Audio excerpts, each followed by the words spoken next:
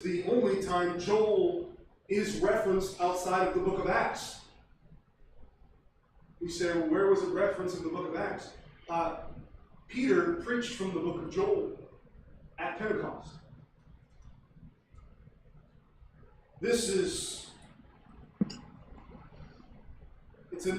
interesting because it's pretty much an unknown author in an unknown time, because he doesn't really give us a time as to when he's writing. Now, we can somewhat guesstimate, and we have some men that are far smarter than me that have guessed that this is around the time of 845 BC. Probably a little bit prior to that. This was around the time when it's actually the beginning part of King Joash's reign. You can find that in 2 Kings chapter 8. It's around that time. One of the things that makes us believe that is because of the judgment that has become, that's spoken of within this book of Joel. And that history, while it's an important thing to keep in mind, the ambiguity or the unknown fact of when this book was written is even more important. Because of what he says here in verse number 2. He says, Hear this, ye old men, and give ear, all ye inhabitants of the land. Hath this been your days, or even the days of your father? Tell ye your children, and let your children tell their children, and their children another generation. Now, why is this important? It's important because the time does not matter. It mattered to them as they were reading it in that day and age, but it does not matter to us right now. I've always said this about prophecy. Prophecy is not so that we know the future. Prophecy is so that we change now for the future. The book of Joel, he's dealing with these people of Israel, and it's the consistency of being inconsistent that's an issue.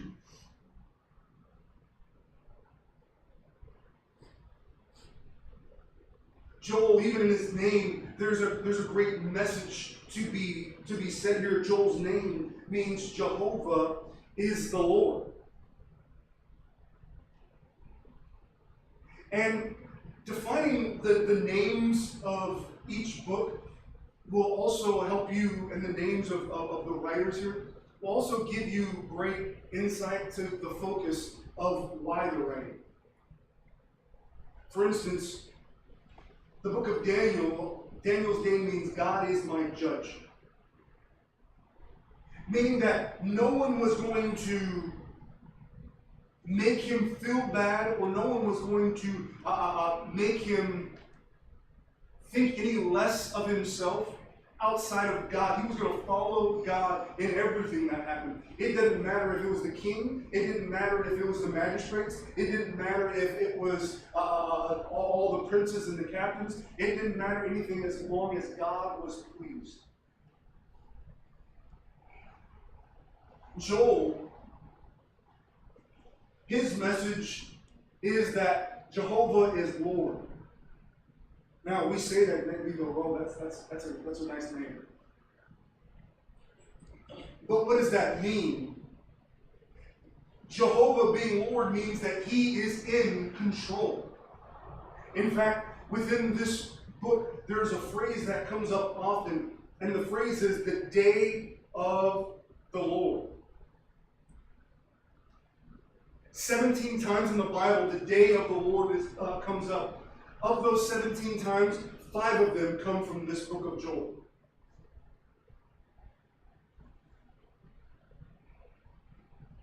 Now, when we hear the day of our Lord, oftentimes we think, well, the day of our Lord means that it's one day that God is going to, He's going to do something, that God is going to, He's going to do something big. No, the day of our his time to fulfill his will. It can be a week, it can be a month, it can be a year, it can be several years at a time. You say, well, how's that? Well, Peter gives us insight to that. That a day for the Lord is like 1,000. Why? Because God lives outside of the realm of time. So the day of our Lord is when he begins to put his will into action, and he begins to do those things that he's begun to set apart.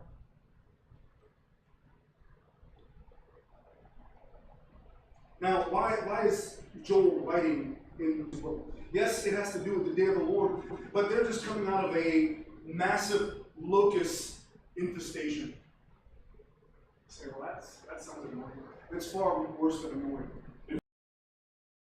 Before. That which the palmer worm hath left, hath the locust eaten. The first swarms that came in March of that year, the clouds were so thick that it blocked out the sun. So we're not talking like you get some ants in the house and you're annoyed that there's some trail of ants. We're talking about literal blocking of the sun, where it becomes a full cloud. You're breathing in these things.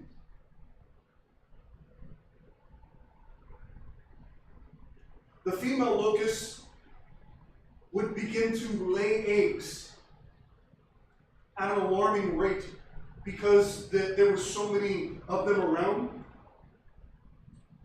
People had said that on a 1 square yard there were as many as 65 to 75,000 eggs. In a few weeks they hatched, and young locusts began to resemble large ants all over. They couldn't fly yet, but moved by hopping. These would march 400 to 600 feet a day, devouring every speck of vegetation along its path. And the thing about it is, it carried on for months.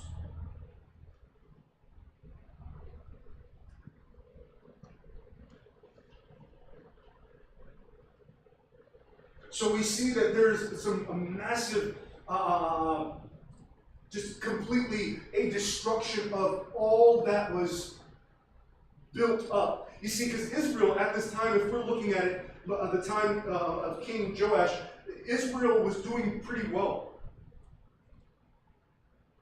Israel had land that was given to them, and they had farms, and they were living in the land of milk and honey, and things were going pretty well for them.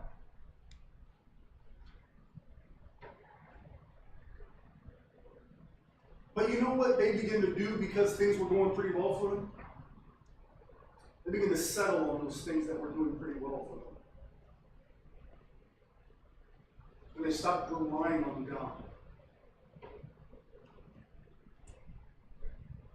And what tends to happen for us is we do the same thing. We begin to take stock in the things that we have rather than the God who provides.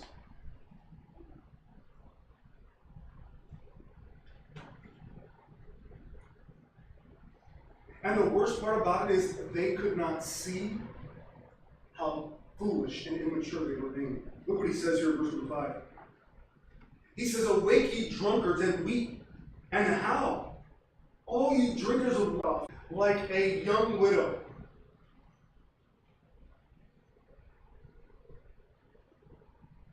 And the way that he words that is kind of harsh, because he's saying it like you should be in pain for your sin.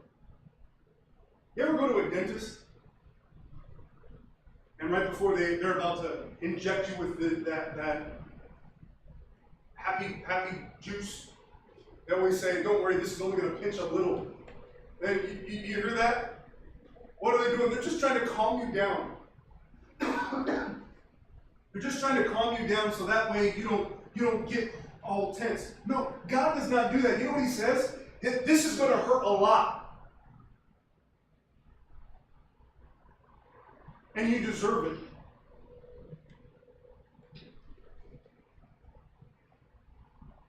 That's mean. In fact, if you continue on, look what he says in verse 9. He says, the meat offering and the drink offering is cut off from the house of the Lord. The priest and the Lord's ministers mourn. He says, and all the things that you're doing that you think that are just going to automatically